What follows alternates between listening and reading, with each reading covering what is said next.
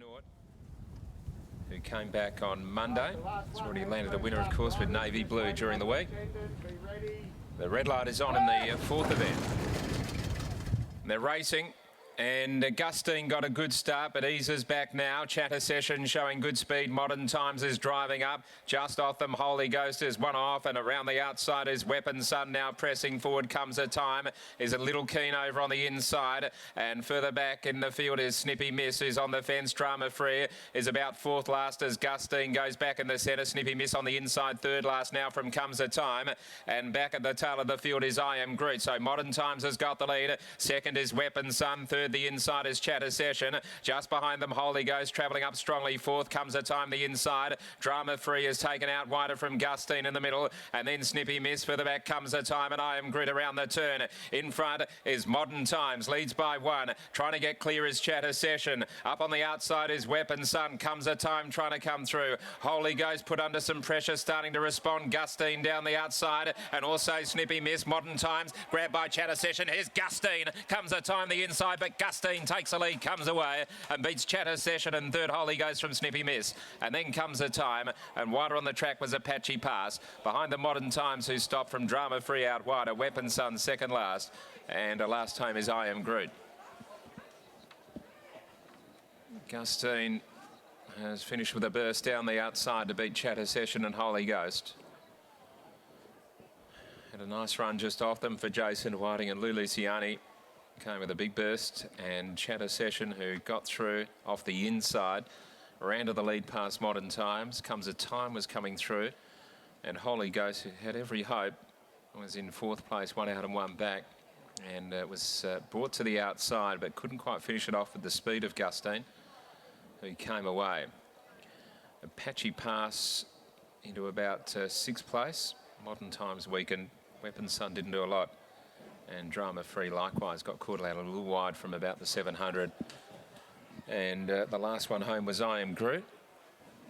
The winner, Gustine, is by Red Hot Choice out of La Sienne, a metal store mare, and is owned by Lex and Shirley Piper. So yet another winner for them in the orange colours. 105.54, 35.13 for the final 600. It's one by a half. One by a half.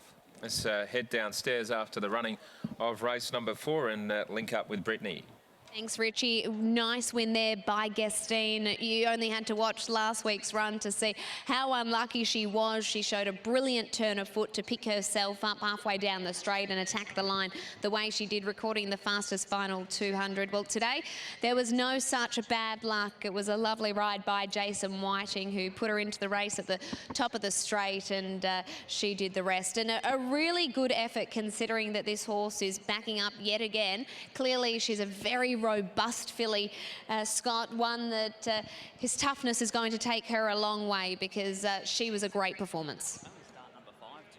Really lightly raced, and it's a really good training effort to keep her up. Well, it sounds like she's been in work for a long time, but she's only having start number 5. It's her first campaign. To come and win a Saturday is very, very good. She was good on debut, Britt, when she was 3 deep the trip, no cover on that occasion, and it was drawn a sticky gate. She stepped to a 1200. Jason Whiting said that maybe she was more a 1,000-metre filly, so they dropped her back in trip, and as you mentioned before, it was hard to miss, should I say, last week in that replay. And today they found that middle ground at the 1,100 metres. Lulu Ciani walking into the mounting yard now.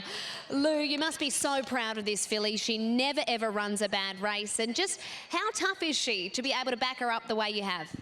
Oh, look, she's a pretty gross type, and those sort of horses do like to butter up. She's probably been a bit unlucky. It's good to see Fish didn't lose his periscope today and managed to give her some room. So it was good to see her get to the line. I thought she probably would have gone close last week, but no, look, she's a very tough filly. She had a lot of time off because she fractured a pelvis, so she's really showing that she is a good filly.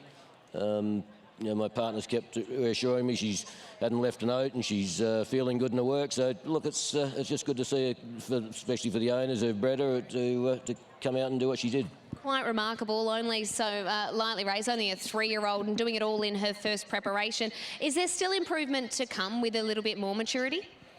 Oh, look, she's a pretty mature filly. I think there's more improvement to come. I don't know how far she'll get. I was seriously contemplating starting her in the 1400 at Bunbury tomorrow, and probably if I had my way, I would. I'd start. Bet you're glad you didn't. No, I'd start her again. That's how tough she is. I'd listen to, the only reason I probably went this way is she was so badly in at the weights at Bunbury, and she would have got such a penalty. I opted for this way, but yeah, that's how tough she is. As I said, I'd genuinely start her again. Quite remarkable. The fractured pelvis, how long ago was that? Well, she was ready to. She was nominated. I went to get her out the yard to bring her up for the race, and she limped out, and so that'd be good 6 or 7 months ago. Wow, well, she has come on leaps and bounds since then. Well done. Thank you. Lulu Ciani and Scott Embry's catching up with jockey Jason Whiting. I've got Jason with me. Fish, obviously, we all saw what happened last week when she got really knocked around, but once you got her into some clear air today, she looked let down quite impressively. Yeah, no, she's, obviously today she's pretty happy just to get to the outside of them after what happened last week, but yeah, no, she's done the job well.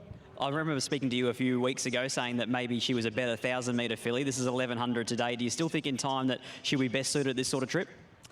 Yeah, I still think at this present time, she's at, 1,000, 1,100s, she's still, when they back the speed off a bit then, she still sort of wants to travel quite strong underneath you. Yeah, but within time, hopefully she'll just learn to chill out a bit and we'll be able to get her over a bit further. You've had a couple of rides now on Freo for Beck Waldrop now that he's in her care down in Albany way. What did you make of the run in the Fitzpatrick and also the Mungerup? The Mungerup was definitely better than the Fitzpatrick. He sort of seemed to come on a little bit from there.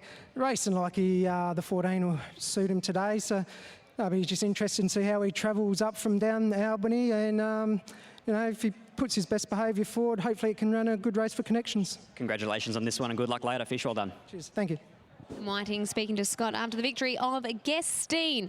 This filly by Red Hot Choice. A really, really good performance, and has always been honest and very, very tough, clearly. Wins here at start number 5, recording her 2nd career victory.